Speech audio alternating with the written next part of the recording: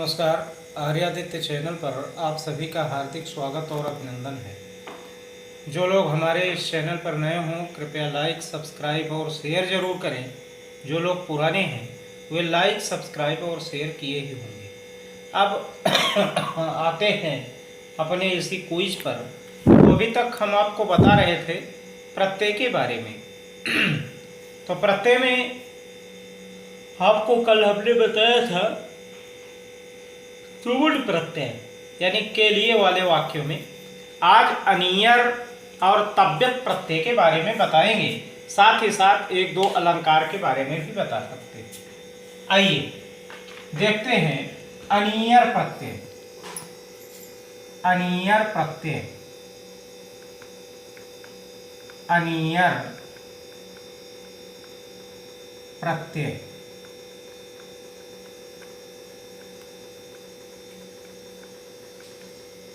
अनियर का मतलब, अनियर में इसमें सिर्फ और सिर्फ अनीय शेष बचता है, ये आपको ध्यान रखना है।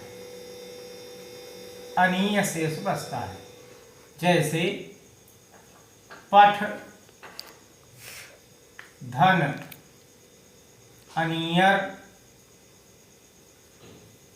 पठ धन अनियर बराबर हो जाता है पठनीय। पठनीय।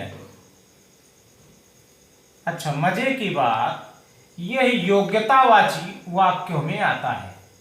ये शब्द जो है योग्यतावाची वाक्यों में, योग्यतावाची वाक्यों में प्रयुक्त होता है।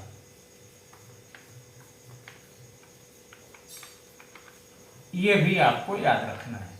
पठनीय माने हो गया पढ़ने योग्य, पढ़ने योग्य। दृश्य धातु, जैसे एक शब्द और ले लीजिए। दृश्य धातु में अनियर प्रत्यय जोड़ देंगे। दृश्य में अनियर जुड़ा तो हो गया दर्शनीय। दर्शनीय माने देखने योग्य, देखने योग्य। ये हो गया, ये आप जान गए। अब जो भी अनीय शब्द लास्ट में दिखाई पड़ जाए बस समझ लीजिएगा अनीयर प्रत्यय इसमें है। जैसे यह किताब पढ़ने योग्य है। यह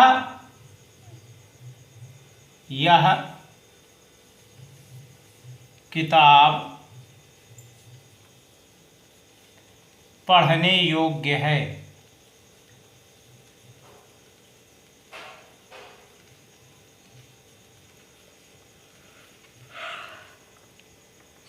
तो इयं पुस्तकम, इयं पुस्तकम पठनीयम।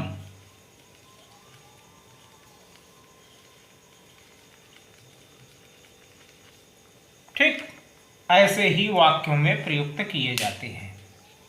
या इसको इस प्रकार से भी कह सकते हैं, इयं पठनीयम पुस्तकम या इयं पुस्तकम पठनीयम। दोनों चीजें सही। अब आगे चलते हैं। यह हो गया अनियर प्रत्यय। ऐसे ही तव्यत प्रत्यय आता है। तव्यत, तव्यत प्रत्यय। तव्यत में तव्य शेष बचता है। इसमें क्या बचेगा? तव्य शेष बचेगा। तव्य, जैसे पठ, धन, तव्यत बराबर पठितव्य। पठितव्य। ये वाक्य भी जो है योग्यतावाची वाक्यों में प्रयुक्त किए जाते हैं। ये भी जो है योग्यतावाची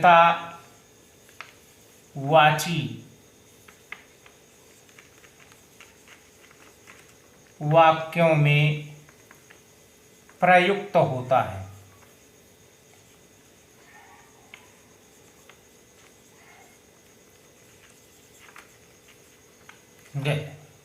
पठितव्य, जैसे गम, गम धातु है, गम धातु में तव्यत प्रत्यय जोड़ देंगे, तव्यत जोड़ा और बन गया गंतव्य। गंतव्य, गंतव्य माने जाने योग्य, पठितव्य माने पढ़ने योग्य, यानी तव्य लास्ट में जुड़ा हुआ दिखाई पड़ जाए तो फट से आप समझ जाइएगा तव्यत प्रत्यय का इसमें भी प्रयोग हुआ है। ये आपकी समझ में आ गया होगा। अब आते हैं अलंकार के ऊपर, कुछ बता देते हैं। यह है हमारा अलंकार। अलंकार, अब इसके अलंकार के जनक विश्वनाथ कविराज है। कौन है? विश्वनाथ कविराज। विश्वनाथ कविराज ये इन्होंने लिखा है साहित्य दर्पण। इनकी पुस्तक का नाम है साहित्य दर्पण। ये विश्वनाथ कविराज, पुस्तक का नाम है साहित्य दर्पण। अब अलंकार के बारे में जानते हैं। तो लिखा गया है, सूत्र है इसका, अलम करोति, अलम करोति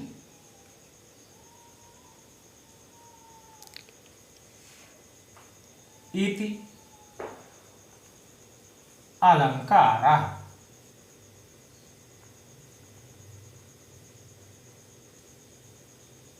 ये अलम माने सुशोभित करना, अलम करोति जो सुशोभित कर दे वही अलंकार है। जो सुंदरता बढ़ा दे, जो सुशोभित कर दे किसी भी वाक्य को, वो अलंकार कहा जाता है। अलंकार मुख्य रूपेण दो प्रकार के होते हैं। एक है शब्दालंकार, शब्दालंकार, दूसरा है अर्थालंकार, अर्थालंकार। कभी कभी विभिन्न प्रकार की परीक्षाओं में पूछा भी गया है। तीसरा अलंकार भी बताते चलते हैं, इसको कहते हैं उभयालंकार। उभयालंकार किताबों में भी लिखा मिलने लगा है अब तो, लेकिन मेन रूपेण शब्दालंकार और अर्थालंकार ही माना जाता है। उभयालंकार यानी दोनों शब्दों पर और अर्थों पर जो आधारित हो जाए। अब शब्दालंकार क्या है? जो शब्दों से, जिन शब्दों से काव्य की सुंदरता बढ़ती है वो शब्दालंकार है, और जब अर्थों से काव्य की सुंदरता बढ़े वो अर्थालंकार है। जब शब्दों और अर्थों दोनों से काव्य की सुंदरता बढ़े वो उभयालंकार कहा जाता है। अलंकार का तात्पर्य है कि काव्य या लेख का ऐसा तत्व, यानी ऐसा तत्व जो काव्य या लेख को सुंदरता प्रदान करे, सुशोभित कर दे, वही अलंकार कहा जाता है। तो अलंकार, अलंकरोति इति अलंकारः, अलंकार दो प्रकार के मुख्य रूप से हैं, शब्दालंकार और अर्थालंकार। परंतु विभिन्न प्रकार की पुस्तकों में उभयालंकार की अभी चर्चा की गई है, तो इसलिए हमने उभयालंकार भी आपको बता दिया है। और जब भी परीक्षाओं में कभी प्रश्न आए कि अलंकारों की संख्या कितनी है, तो जैसे 3 वाली बात आ जाए तो आप 3 आराम से लिख सकते हैं, कोई उसमें दिक्कत नहीं है। अब शब्दालंकार में अब आता है, प्रश्न उठता है कि भाई शब्दालंकार में क्या है। एक अलंकार बताएंगे आपको। शब्दालंकार शब्दालंकार का पहला अलंकार है अनुप्रास अलंकार। क्या है? अनुप्रास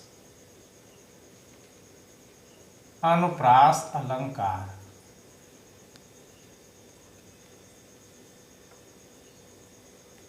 आगे याद रखिए, जहां पर अनुमानी पीछे पीछे, जहां पर एक ही शब्द, कोई वाक्य हो, एक ही शब्द उस वाक्य के पीछे पीछे चल रहा हो, वहां शब्द अलंकार होता है। संस्कृत साहित्य में एक सूत्र आता है अनुप्रासः। विश्वनाथ जी लिखते हैं अनुप्रासः शब्द साम्यम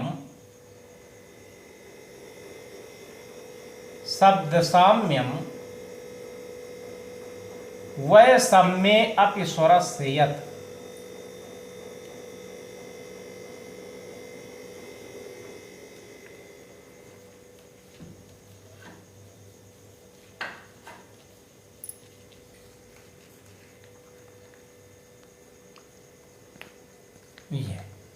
अनुप्रासः शब्द साम्यम वैषम्ये अपि स्वरस्य यत्, मतलब शब्दों में समानता हो, स्वरों में विषमता हो, फिर भी शब्दों में समानता होनी चाहिए, स्वरों में अगर विषमता है तो भी कोई दिक्कत नहीं है, वहां पर भी अनुप्रास अलंकार होगा। ऐसा जो है विश्वनाथ कवि ने लिखा है कि अनुप्रासः शब्द साम्यम, शब्दों में समानता हो, स्वरों में विषमता हो, वह अलंकार अनुप्रास कहलाता है। हिंदी में एक ही शब्द बार बार आते हैं, वो अनुप्रास अलंकार कहे जाते हैं। जैसे बीथिन में,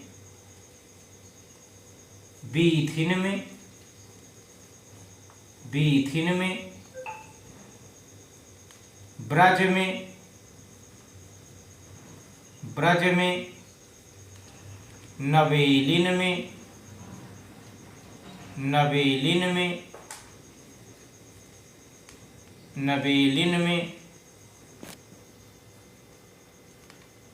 वेलिन में, बीथिन में, ब्रज में, नवेलिन में, वेलिन में,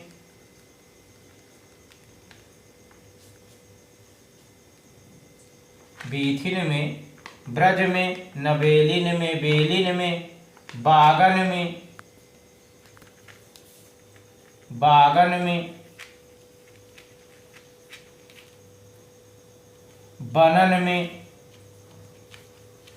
बनन में,